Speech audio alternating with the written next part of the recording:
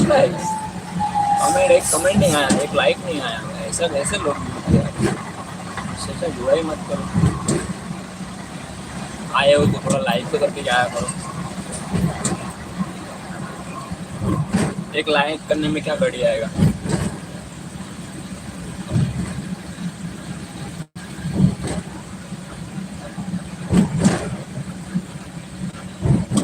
ना कुछ घटेगा ना कुछ बढ़ेगा। सबकी सोच अलग है भाई, इसको क्या बोलना है।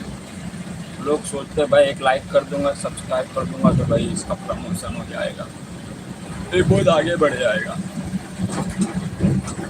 जो लोगों को आगे बढ़ाने में हिम्मत रखता है ना, वही आगे बढ़ पाता है।